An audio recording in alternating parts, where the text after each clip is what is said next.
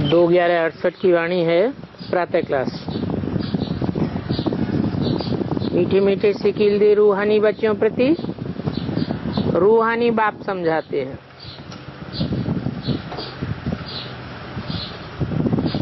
ये बार बार याद क्यों दिलाते हैं मुरली की शुरुआत में?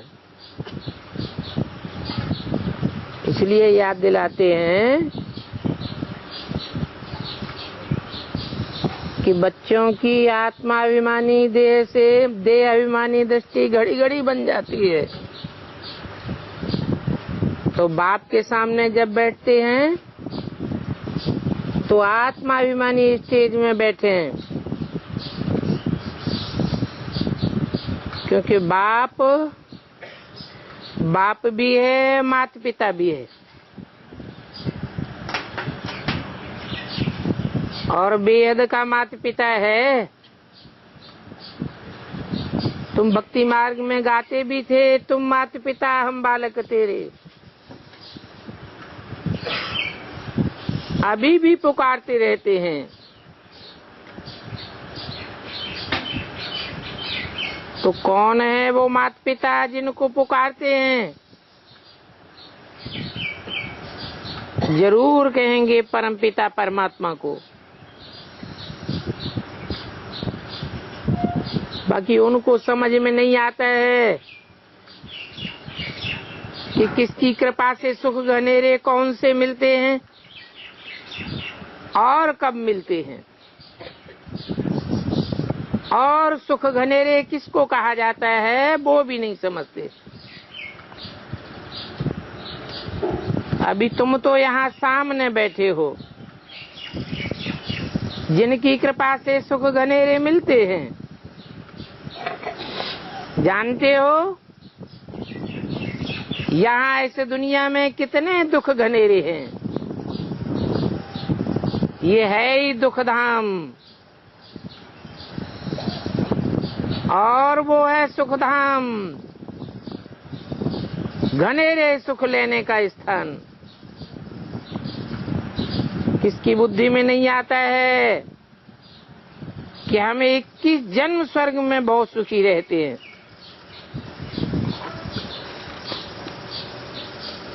इस बात का पहले भी तुमको ये अनुभव नहीं था। अभी तुम समझते हो कि हम उस परम पिता परमात्मा के सामने बैठे हैं जिससे सुख घनेरे मिलते हैं। और जानते हो कि किस जन्मों के लिए स्वर्ग की बादशाही प्राप्त करने के लिए आए। बाप को जान लिया और बाप द्वारा सारी सृष्टि चक्र को भी समझ लिया।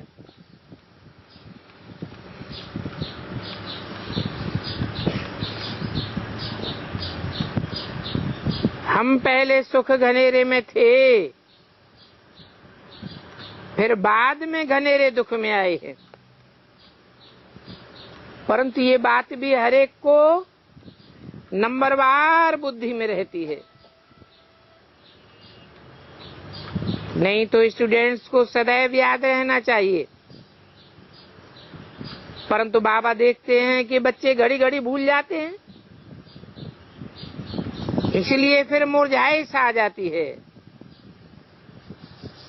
स्टूडेंट छुई मुई हो जाते हैं, ऐसा माया बार कर लेती है। वो जो खुशी होनी चाहिए वो नहीं रहती है। तो बाबा कहते हैं नंबरवार पद हैं, स्वर्ग में तो जाते हैं, परंतु वहां भी राजा से लेकर रंक तक रहते हैं। वो गरीब प्रजा, वो साहूकार। स्वर्ग में भी ऐसे होते हैं तो नरक में भी होते हैं। ऊंच और नीच तो होते ही हैं। अभी तुम बच्चे जानते हो पुरुषार्थ करते हैं सुख घनेरे पाने के लिए। सबसे जास्ती सुख घनेरे किसको मिलते हैं? किसको कहेंगे? कहेंगे इन लक्ष्मी नारायण को सबसे जास्ती सुख घनेरे मिलते हैं। इसमें है मुख्य पवित्रता की बात। पवित्रता के बगैर पीस प्रॉस्पेरिटी नहीं मिल सकती।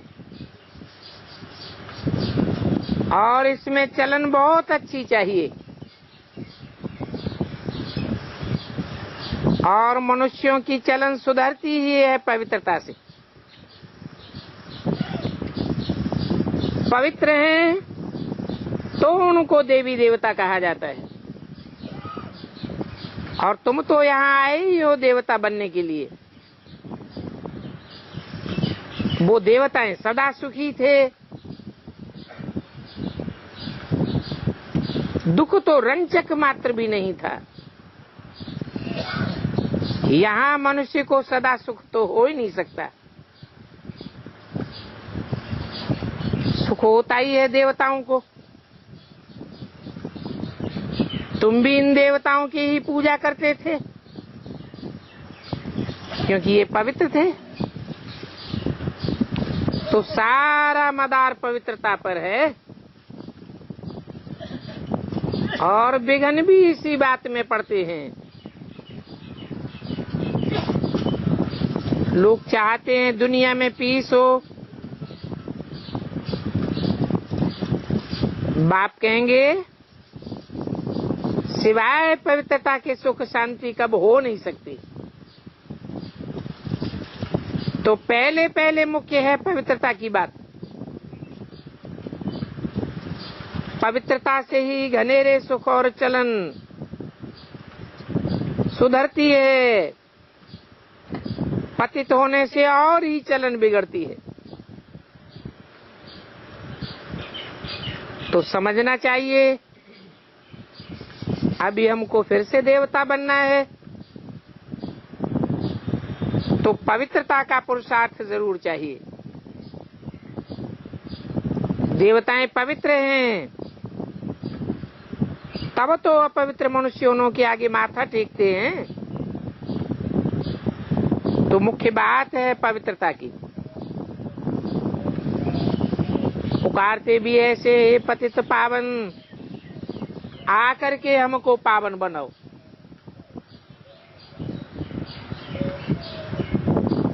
बाप कहते हैं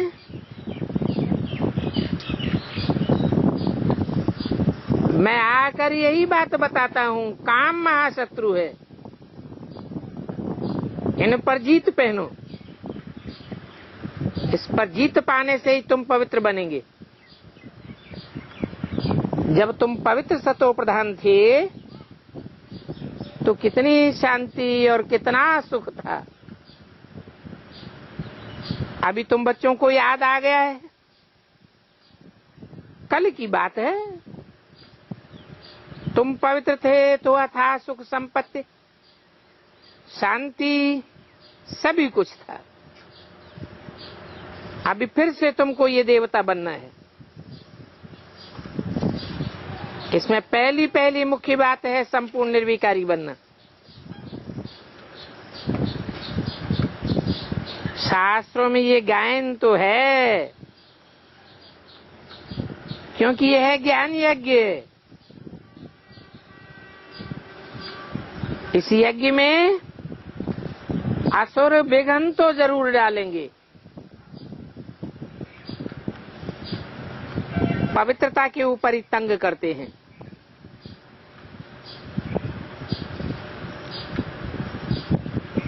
शास्त्रों में आसुरी संप्रदाय और दैवी संप्रदाय गाए हुए हैं। यहाँ का ही गायन है और तुम्हारी बुद्धि में है। सत्युग में ये देवताएं थे। बल सूरतें तो मनुष्य की हैं परंतु उनको तो देवता कहा जाता है। वहां होते हैं संपूर्ण सतो प्रधान और हर चीज परफेक्ट होती है। यहाँ बाप परफेक्ट है तो बच्चों को भी परफेक्ट बनाते हैं। तो देखो योग बल से तुम कितने पवित्र ब्यूटीफुल बनते हो। और ये मुसाफिर बाप तो एवर ग्योरा है,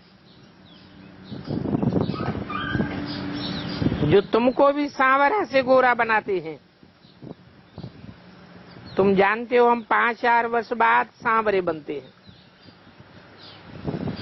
फिर बाप आकर के गोरा बनाते हैं। वहां नई दुनिया में तो सब होंगे ही गोरे। नेचुरल ब्यूटी होती है।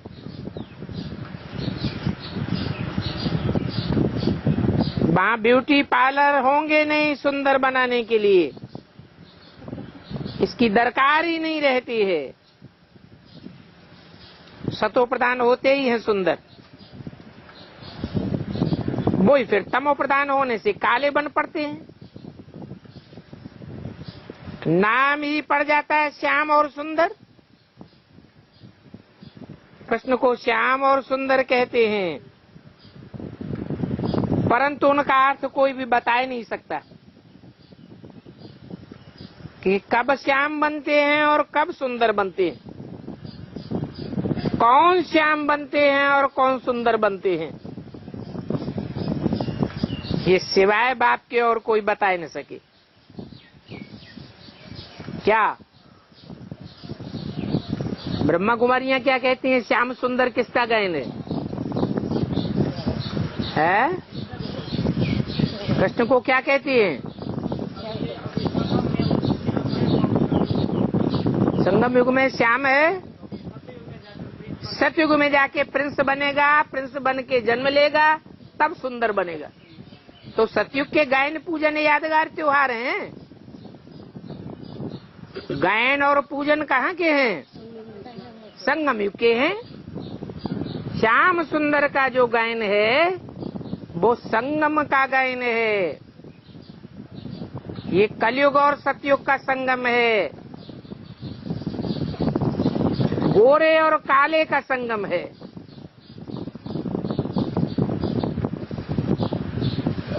एवर गोरा वही बनता है जो एवर काला बनता है।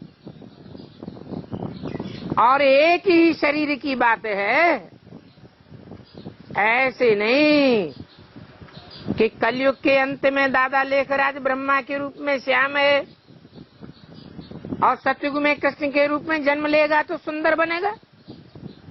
ये तो दो शरीर हो गए, शरीर के ऊपर ही नाम पड़ता है। तो एक ही शरीर का गायन है, श्याम और सुंदर। पुरुषार्थ ही जीवन में है श्याम। पुरुषार्थ संपूर्णता को प्राप्त होता है तो बनता है सुंदर। तो ये बात बाप के सिवाय और कोई नहीं बता सकता। ये भी बाप की पहचान का एक पॉइंट है कि दुनिया में न तो कोई धर्म गुरु इस बात को समझा सकते कि श्याम सुंदर कौन है, कब का गायन है, किसके लिए गायन है, और न कोई ब्रह्मा कुमार कुमारी समझा सकते सिवाय एक बाप के। इसे श्याम सुंदर का अर्थ कोई बता ही नहीं सकता। तो देखो भगवान बाप जो बात सुनाते हैं वो बात और कब कोई मनुष्य नहीं सुना सकेंगे। चित्रों में देखो सुदर्शन चक्रधारी देवताओं को बनाए दिए है।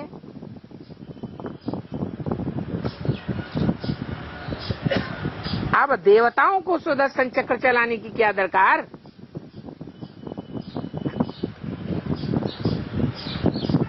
स्व कहते हैं आत्मा को,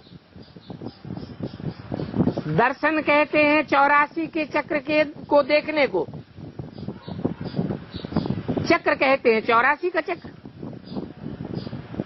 अर्थात अपनी आत्मा के 84 के चक्र का दर्शन करना, इसमें बुद्धि चलाना, मन बुद्धि को बार बार आवृत्ति में लाना, ये हो गया सुदर्शन चक्र।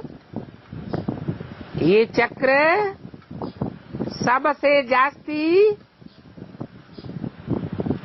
देवताओं के द्वारा दिखाया गया है, परंतु देवताएं तो चक्र चलाते नहीं है।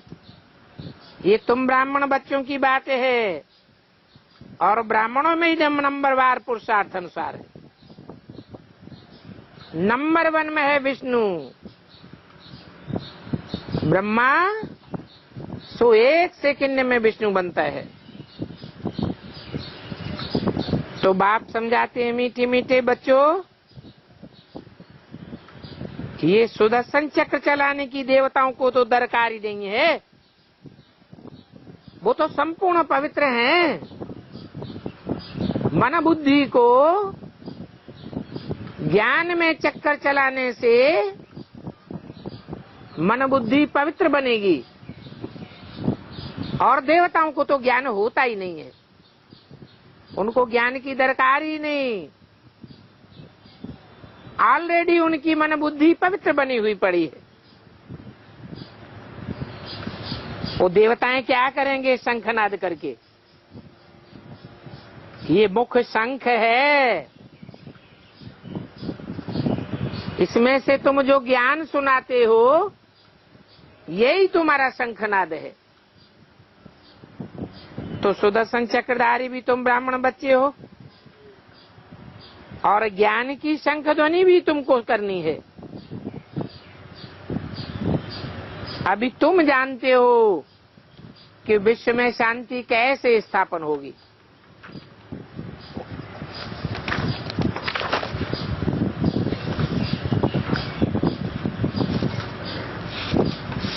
परंतु इसे समझने और समझाने के लिए चलन भी बड़ी अच्छी चाहिए। 2/11/68 की वाणी का दूसरा पेज। भक्ति मार्ग में भी तुम देवताओं के आगे अपनी चलन का वर्णन करते हो,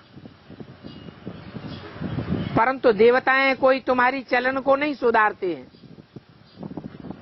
बल तुम अपने को 20 बार नीच कपटी पापी कहते हो और देवताओं की महिमा करते हो। तुम तो जानते हो कि सुधारने वाला बाप है, और वो सुधारने वाला निराकार है। उनके आगे ऐसे नहीं कहेंगे आप सर्वगुण संपन्न हो। ये तो देवताओं के गुण हैं। भगवान कोई 16 कला संपूर्ण थोड़ा ही बनता है, न कलाहीन बनता है। वो तो कलातीत कल्याण कल्पांतकारी कहा जाता है, कलाओं से परे है। जैसे वो सूर्य जड़ सूर्य है, कलाओं से परे है। सूर्य को कलाओं में नहीं बांधा जाता। ऐसे ही ये ज्ञान सूर्य है, जिसको कलाओं में नहीं बांधा जा सकता। तो देवताओं की महिमा और भगवान की महिमा में रात दिन का फर्क है। देवताओं की महिमा अलग, भगवान की महिमा अलग। देवताओं की महिमा गाते हैं, परंतु हम ऐसे देवता बने कैसे? आत्मा ही पवित्र और आत्मा ही अपवित्र बनती है। परमपिता परमात्मा के पवित्र और अपवित्र बनने की तो बात ही नहीं।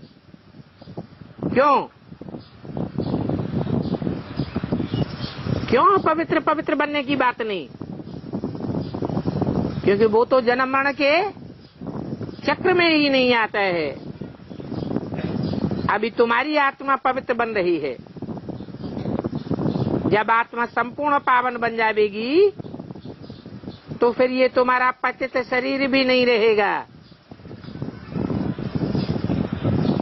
इस शरीर के 5 तत्व भी पावन बन जाएंगे। तुम जाकर के पावन शरीर लेंगे। यहाँ इस पुरानी दुनिया में तो पावन शरीर हो ही नहीं सकते। क्यों नहीं हो सकते?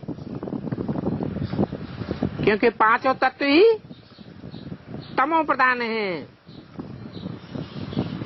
तमो प्रधान तत्वों से सतो प्रधान शरीर का निर्माण कैसे होगा?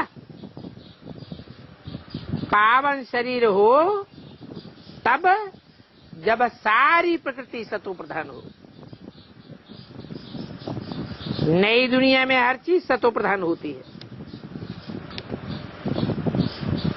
आत्माएं भी सतो प्रधान होती हैं, आत्माओं को शरीर भी सतो प्रधान मिलते हैं और 5 तत्व भी सतो प्रधान होते हैं।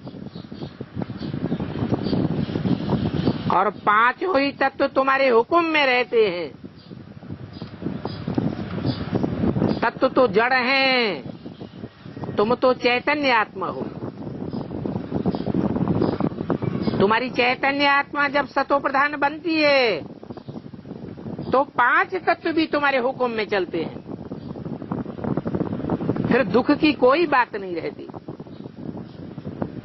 यहाँ तो 5 तत्व भी तमो प्रधान होने के कारण कितने उपद्रव आदि करते हैं।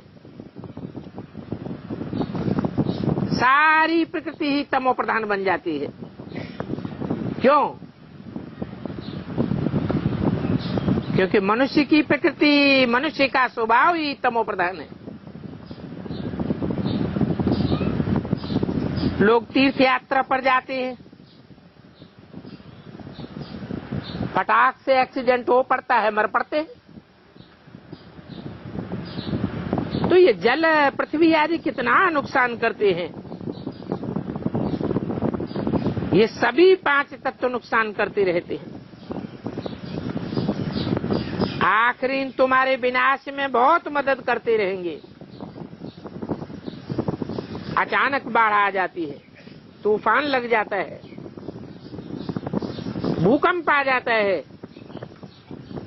ये नेचुरल ईश्वरीय आपदाएं हैं।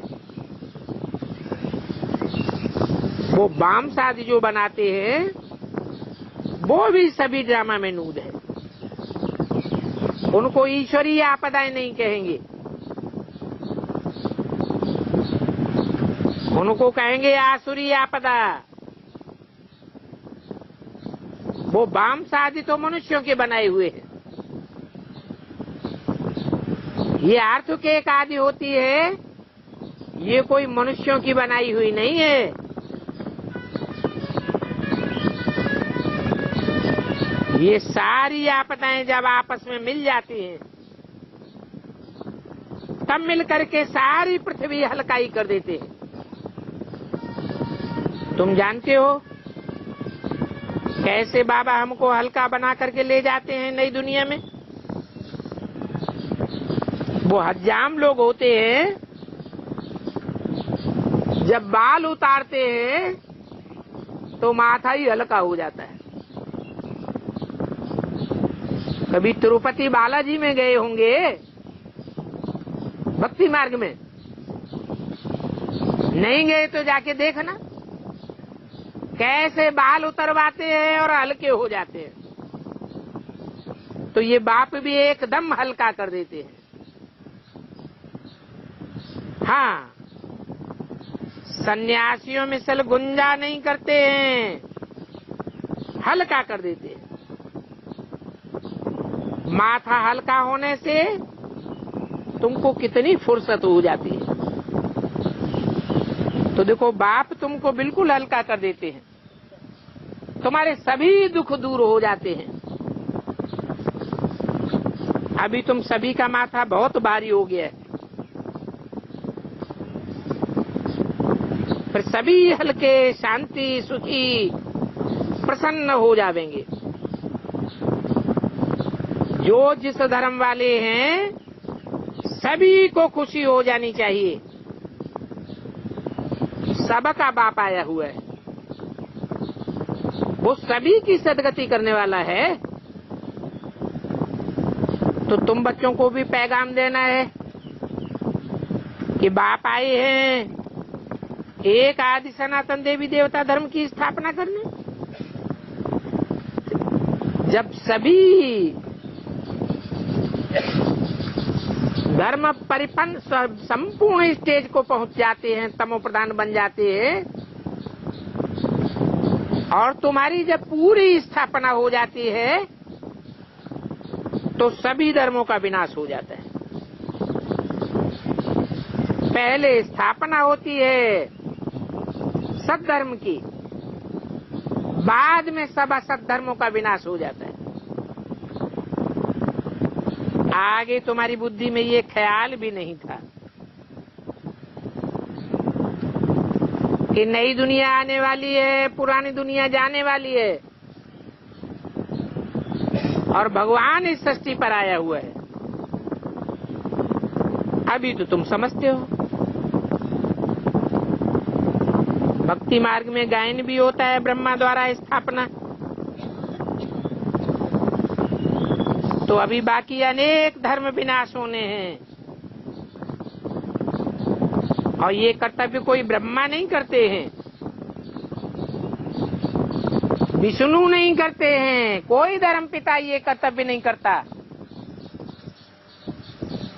सब असत धर्मों का विनाश एक बाप के द्वारा होता है। दूसरे कोई में दम नहीं है सिवाय शिव बाबा के, जो सब असत धर्मों का विनाश कर सके, सब झूठी परंपराओं का विनाश कर सके। ऐसा अलौकिक जन्म और अलौकिक कर्तव्य कोई नहीं कर सकता।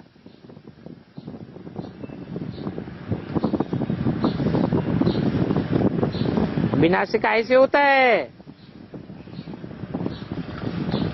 और स्थापना कैसे होती है? स्थापना होती है पवित्रता से और विनाश होता है अपवित्रता से।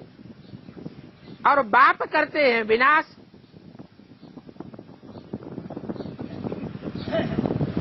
तो ये कर्तव्य अलौकिक हुआ, इसे फिर अलौकिक कर्तव्य कहेंगे।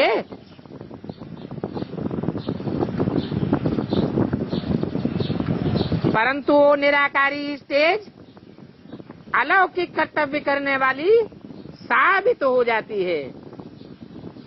जैसे गीता में लिखा हुआ है, आत्मनिष्ठ व्यक्ति सारे संसार का विनाश कर दे तो भी उसके ऊपर कोई पाप नहीं लगता। ये अलौकिक कर्तव्य है जो बाप के सिवाय कोई कर नहीं सके। इसलिए बाप है ऊंच से ऊंच और उनका कर्तव्य भी बहुत ऊंचे है। वो करण करावनहार है, करता भी है ब्रह्मा के द्वारा और कराता भी खुद है। कराने के लिए ब्रह्मा का आधार नहीं है। ब्रह्मा ने सारा कर्तव्य करके दिखाया। बच्चों के ऊपर उंगली नहीं उठाई, तुम क्यों नहीं करते हो? कभी बच्चों के साथ गिल्ला शिकवा नहीं किया। और ये बाप का कर्तव्य ऐसा है जो खुद करे या ना करे, लेकिन बच्चों से करावेगा। भक्ति मार्ग में भी गायन है, कहते हैं जो गुरु कहे वो करना है, जो गुरु करे वो नहीं करना है। तो तुम जानते हो और ये नालिश तुम सुनाते हो कि बाबा आया हुआ है। आया किस लिए? इस सारी सृष्टि भर से आत्माओं का बोझा उतारने के लिए। कि तो गायन भी है, बाप आते हैं एक धर्म की स्थापना करने और अनेक धर्मों का विनाश करने।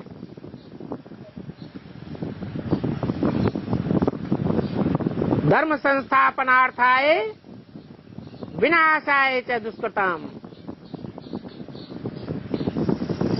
तो अभी बाबा आया हुआ है और तुमको कितना ऊंच महात्मा बनाए रहे। देवता बिगर तो महात्मा कोई होता ही नहीं है। यहाँ इस दुनिया में तो अनेकों को महात्मा कहते रहते हैं। काम पापात्माओं के करते हैं और कहते हैं महात्मा। वास्तव में महात्मा नाम ही रंग है। अरे इस नरक की दुनिया में महात्मा कहाँ से आए? मनुष्यों को तो कुछ भी पता नहीं है। मनुष्य मनुष्य के साथ रहते हैं और मनुष्यों को एक दूसरे का पता नहीं है। महात्मा कहा जाता है महान आत्मा को, जो महान कर्म करके दिखलावे। उसके महान कर्म से दुनिया ऊंची उठनी चाहिए या नीचे गिरनी चाहिए? दुनिया ऊंची उठती ही नहीं। 2500 वर्ष की हिस्ट्री बताती है दुनिया ऊंची उठी है या नीचे गिरी है। दुनिया की मेंटलिटी नीचे गिरी है।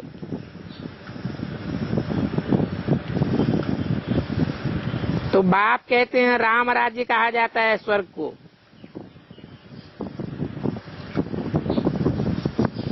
रामलीला दिखाते हैं तो राम का छोटा रूप बनाते हैं और रावण का कैसा बनाते हैं? बड़ा रूप बनाते हैं। क्यों? ये दिखाने के लिए कि रावण में बहुत देवान है और राम आत्माभिमानी है। तो राम जो स्वयं स्थिति में रहने वाला आत्माभिमानी है, वो ही राम राज्य स्थापन करता है। उसको कहते हैं स्वर्ग। वहां रावण राज्य नहीं होता है, इसलिए इसको कहा जाता है संपूर्ण निर्विकारी। अभी तुम जितना संपूर्ण बनेंगे उतना तुम बहुत समय सुख में रहेंगे। 16 कला संपूर्ण नहीं बन सकेंगे तो सुख की कोटि भी कम हो जाएगी। जो अपूर्ण रह जाएंगे वो इतना सुख तो पा नहीं सकेंगे। समझो कोई सतयुग के दूसरे जन्म में जन्म लेते हैं तो पवित्रता में कितनी कला कम हो जाएगी?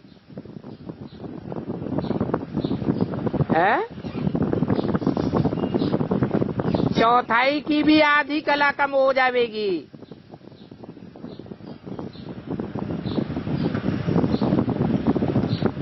समझो चौथाई कला कम होती है तो संपूर्ण पवित्र कहेंगे क्या? नहीं। फिर द्वापर युग से दूसरे धर्म में कन्वर्ट हो जाएंगे। गीता में तो लिखा है स्वधर्मे निधनम से परधर्मो भयावह। अपने धर्म में मर जाना अच्छा, दूसरे का धर्म ग्रहण करना वो तो बहुत दुख की निशानी है। पराधीन हो जाते हैं और पराधीन सपने सुख नहीं। तो वो अपूर्ण आत्मा दुर्गति को प्राप्त करती रहती है। जो अपूर्ण आत्मा है वो इतना सुख पाए नहीं सकती। इसलिए बाप कहते हैं तुम बच्चों को 16 कला संपूर्ण बनना है। स्कूल में भी कोई संपूर्ण और कोई अपूर्ण होते हैं और फर्क दिखाई पड़ जाता है। डॉक्टर को तो डॉक्टर ही कहेंगे, परंतु कोई डॉक्टर की पे देखो कितनी और कोई की बहुत कम। वैसे ही देवता, उनको देवता तो कहेंगे परंतु मर्तबे में बहुत फर्क पड़ जाता है। बाप तो आकर तुमको ऊंची से ऊंची पढ़ाई पढ़ाते हैं कहते हैं कि कृष्ण को कब भगवान नहीं कह सकते। कृष्ण को तो कहा ही जाता है श्याम सुंदर। भगवान कभी श्याम बनता है क्या? भगवान तो सदैव ही सुंदर है, एवर प्योर है। तो सांवरा भी कृष्ण दिखाते हैं। ये भक्ति मार्ग की बात है। नहीं तो बाप कहते हैं सतयुग में कृष्ण कब सांवरा नहीं होता। वहां नाम रूप तो बदल जाता है ना।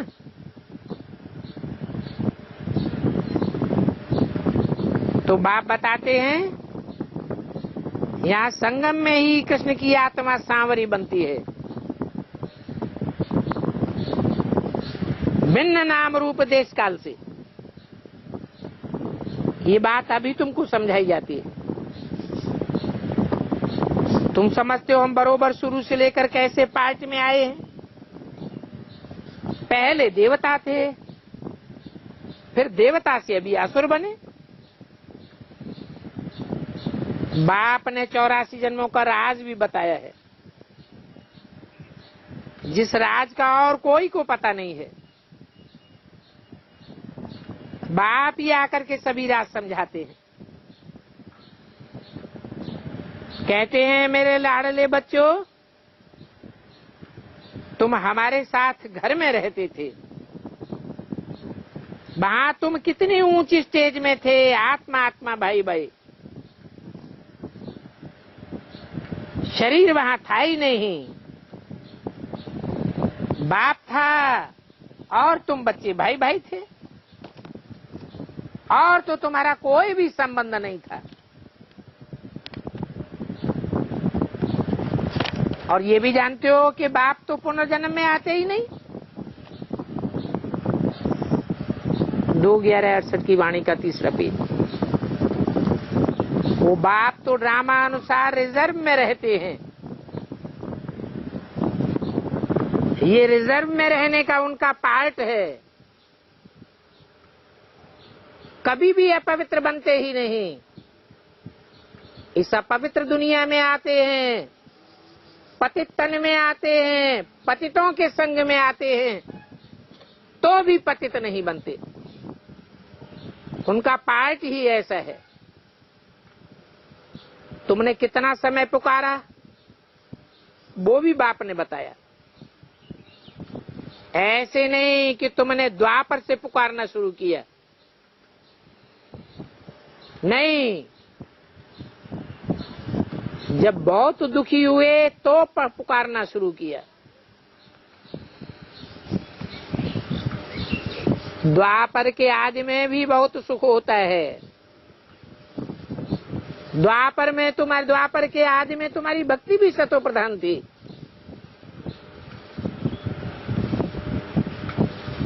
अभी तुम जानते हो कि बाप तुमको बहुत सुखी बनाते हैं, अथाह सुख का वर्षा दे रहे हैं। और तुम भी कहते हो बाबा आपके पास कल्प कल्प अनेक बार हम आए। ये चक्र चलता रहता है। जानते हो 5-4 वर्ष के बाद बाबा हम आपसे आकर के मिलते हैं और आप हमें ये वर्षा देते हैं। जो भी सभी देहधारी हैं वो सब स्टूडेंट्स हैं।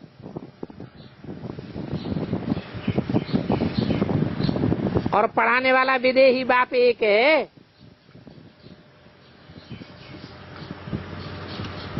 ये देह पढ़ाने वाले बाप की नहीं है, वो तो खुद विदेही है। अपने घर से आकर के जब देह धारण करते हैं तब पढ़ाते हैं, नहीं तो देह बिगड़ बच्चों को कैसे पढ़ावें। वो सभी रूहों का बाप है, देहों का बाप नहीं है। देहधारियों का बाप कौन है? जो भी देहधारी मनुष्य हैं उनका बाप प्रजापिता है। भक्ति मार्ग में भी सभी उस विदेही को पुकारते हैं। बरोबर रुद्रमाला सिमरते भी है। ऊपर में है फूल और बाद में मेर युगल, वो तो एक जैसे ही है। फिर फूल को क्यों नमस्कार करते हैं, ये भी अभी तुमको पता पड़ा है कि सदा काल का नमन करने वाला तो वो एक ही है। तुम जानते हो माला कैसे फेरते हैं? वो माला देवताओं की फेरते हैं या तुम्हारी फेरते हैं? बताओ, माला देवताओं की है या तुम्हारी है? सतयुग में माला की बात ही नहीं। नंबरवार कहाँ होते हैं?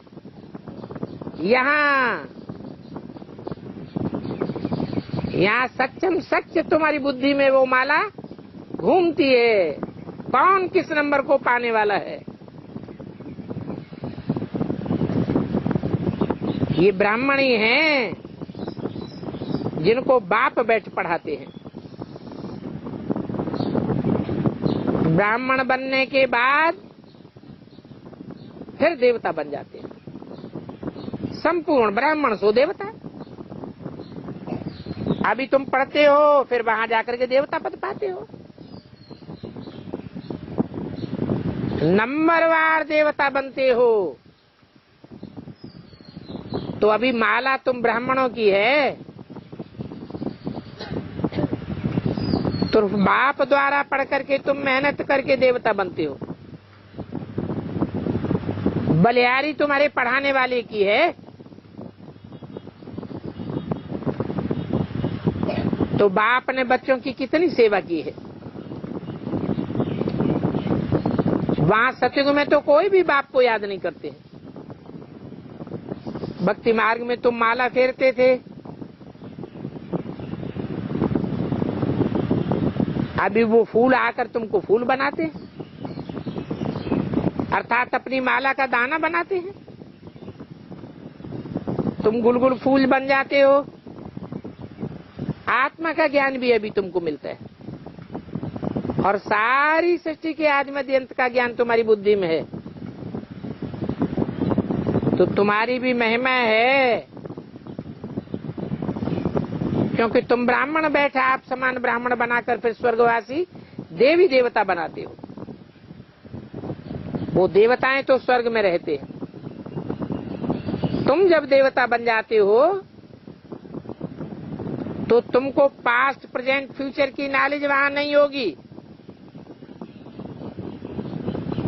अभी तो तुम बच्चों को पास्ट प्रेजेंट और फ्यूचर की नॉलेज है। ये ज्ञान तुम ब्राह्मण बच्चों की सिवाय और किसी को नहीं मिलता है। तो अभी तुम बहुत भाग्यशाली हो। परंतु माया फिर इस हुनर को भुलाए देती है। ये भी तुमको पक्का है कि ये ब्रह्मा बाबा हमको नहीं पढ़ाते हैं।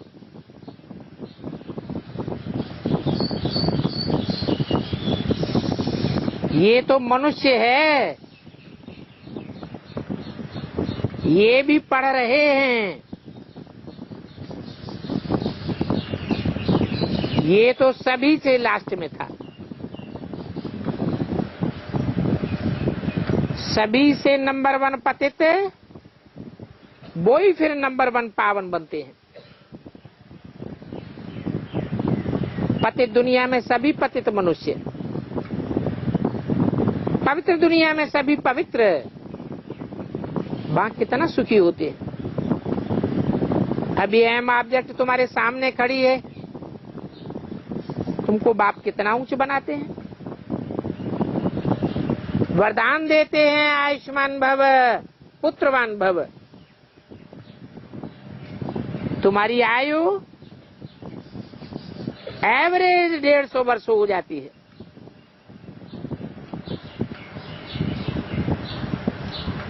सर्वगुण संपन्न पुत्रवान बन जाते हो। ये सभी ड्रामा में नूंद है। बाप कहते हैं मैं अगर बैठा आशीर्वाद दूं फिर तो सभी को देता रहूं। भक्ति मार्ग में कोई को बच्चा नहीं होता है तो भी झगड़ा चल पड़ता है। कहेंगे पवित्र भल बनते रहना, एक बच्चा तो दे दो। वित्त संबंधी भी कहते हैं अपना नस्ल तो इस दुनिया में छोड़ जाओ। बाप कहते हैं इन बिच्छू टिंडन की नस्ल का अब तुम क्या करेंगे? ये तो तुमको डंक ही मारते रहेंगे। तो बच्चों का हाल देखो अभी क्या बन जाते हैं। ये तमो प्रधान दुनिया है। श्री कृष्ण स्वर्ग का प्रिंस, उन पर भी गालियों की कितना वर्षा कर देते हैं।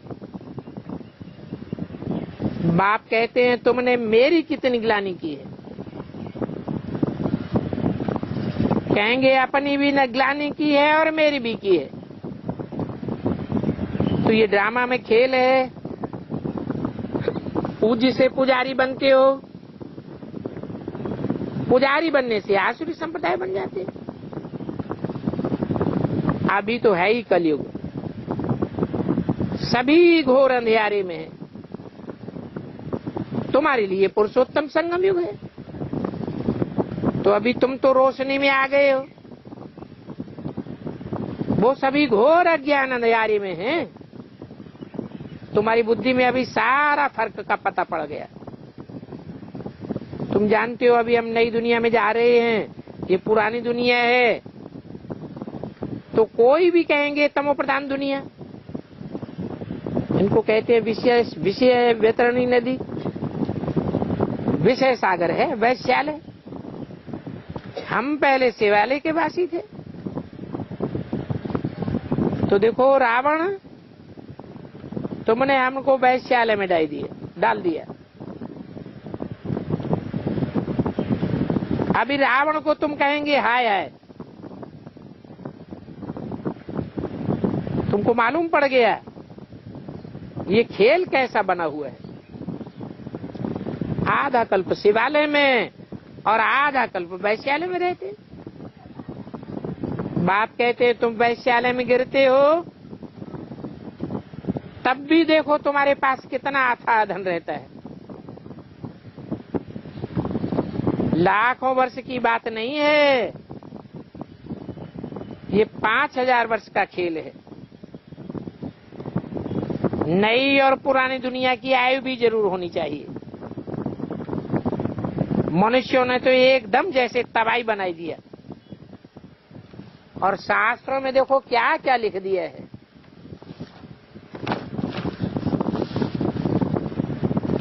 नाम रख दिया है व्यास भगवान। 2/11/68 की वाणी का 4था पेज। और कहानियां उन्होंने कितनी बनाई दी, कितनी पुस्तकें बनाए मारी। वहां नई दुनिया में तो कोई भी पुस्तक की दरकार नहीं। वेद शास्त्र उपनिषद आदि पढ़ने की कोई दरकार नहीं।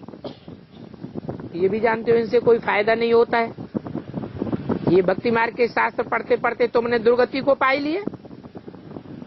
बाप कहते हैं मुझे भी पढ़ने की दरकार नहीं, मैं आता ही हूं, आकर के सभी को सदगति देता हूं। तो ये तुम्हारी पढ़ाई कितनी ऊंचे है। स्कूल में भी बच्चों को क्या पढ़ना है, यहाँ तो भगवान पढ़ाते हैं। तो फिर असुरों से क्यों पढ़ाई पढ़नी चाहिए। यहां से ही पढ़ाना शुरू कर दो। इन बच्चों के लिए तो और ही सहज हो जाएगा। ये छोटे छोटे बच्चे बड़ों का भी नाम निकालेंगे और सभी बंडर खावेंगे। ये तो भगवान के बच्चे हैं जो कैसा अच्छा सदगति का रास्ता बताते हैं। अब इसमें हिम्मत चाहिए। ये है ईश्वरीय पढ़ाई। और वो सब हैं आसुरी पढ़ाई। कोई पढ़ते पढ़ते आधा में ही मर जाते हैं। फिर भी अगर शिव बाबा की याद में शरीर छोड़ेंगे तो हो सकता है उनकी अगले जन्म में आयु भी बहुत बढ़ जावे। जो बुढ़ी हैं उनको भी यहाँ पढ़ाते हैं, तो छोटे बच्चों को हम क्यों नहीं पढ़ावेंगे? ये तो स्कूल है, अच्छा पढ़ सकते हैं। बच्चों का भी हक है, उनमें भी आत्मा है, क्योंकि पढ़ना तो आत्मा को है ना। तुम यही पढ़ाते रहो, घर घर में माँ बाप बैठ बच्चों को यही सिखाते रहें तो उनके लक्षण भी अच्छे हो जाएंगे। हाँ, सभी के तो नहीं होंगे। कोई तो ऐसे बच्चे होते हैं जो नाक में ही दम कर देते हैं, माया घेर लेती है तो बात मत पूछो, संभालना ही उनका मुश्किल हो जाता है। अब अनन्य बच्चे तो जानते हैं कैसे कैसे नाक में दम करने वाले बच्चे हैं, फिर भी कह देते हैं ड्रामा के प्लान अनुसार शिव बाबा मिला है, उनकी डायरेक्शन पर चलना है। मनुष्य तो कह देते हैं जो नसीब में होगा सो मिलेगा, परंतु नहीं, नसीब के ऊपर नहीं छोड़ना है, पुरुषार्थ करना है। पुरुषार्थ बगैर प्रारब्ध कैसे मिलेगी? तो जो अच्छा पुरुषार्थ करते हैं वो उच्च पद पाते हैं, कम पुरुषार्थ करने वाले कम पद ही पावेंगे। तुमको अभी पुरुषार्थ कराने वाला बेहद का पाप मिला है। वो कहते हैं तुमने मुझको बुलाया है, हे पतित पावन बाबा, आकर के हमको पावन बनाओ, तो अभी मैं आया हुआ हूँ। फिर पावन बन जाते हो पावन दुनिया में, वहां तुम फिर मेरे को निमंत्रण भी नहीं देते हो कि बाबा आप पावन दुनिया में आ जाओ। तुम कितने स्वार्थी हो, सिर्फ पतित दुनिया में मेरे को बुलाते हो। वो तुमको पावन बनाकर विश्व का मालिक बनाए देते हैं, फिर तुम उनको पूछते भी नहीं। ये खेल बड़ा ही वंडरफुल है। ये भी जानते हो शिव बाबा कल्प कल्प आते हैं, इन द्वारा तुमको बैठ पढ़ाते हैं। भगवान वाच में तुमको डबल सिर ताज बनाता हूँ। ये पुरानी दुनिया खत्म हो जाएगी। कलयुग अंत में ये देवताएं ही नहीं, सतयुग आदि में देवताएं होते हैं। तो वो कहां से आ गए, किसने बनाया, और अभी तुम कैसे देवता बन रहे हो, ये सारी समझ तुमको मिल गई। फिर औरों को भी समझाना है, बहुतों का कल्याण करेंगे तो उन्हों की आशीर्वाद मिलेगी। जितना सतो प्रधान बनने का पुरुषार्थ करेंगे तो उसकी निशानी होगी कि तुम्हारी खुशी बढ़ती जाएगी। हाँ, नंबरवार तो होते ही है, सभी तो सतो प्रधानता तक नहीं पहुंचेंगे। हिसाब किताब सारा समझाया जाता है।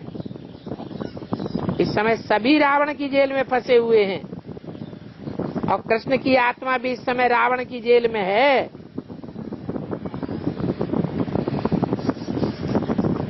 सब रावण की कैद में है। बाप ने आकर अब निकाला है,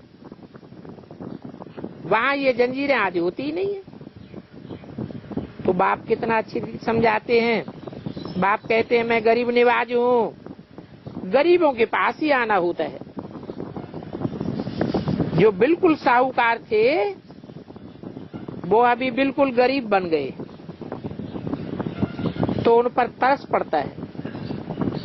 देखो मेरे बच्चे क्या थे और कैसे इन्होंने दिवाला मार दिया। अभी बाप कितना ऊंच बनाते हैं। अभी पुरुषार्थ करना पड़े, बाप को याद करो।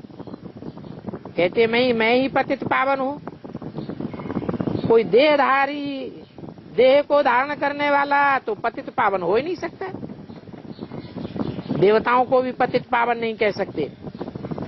अभी तुमको मालूम पड़ा है, तुमने ईश्वर का अंत पा ही लिया। भक्ति मार्ग में तो कहते हैं बेअंत है। तुम्हारी मत तुम ही जानो।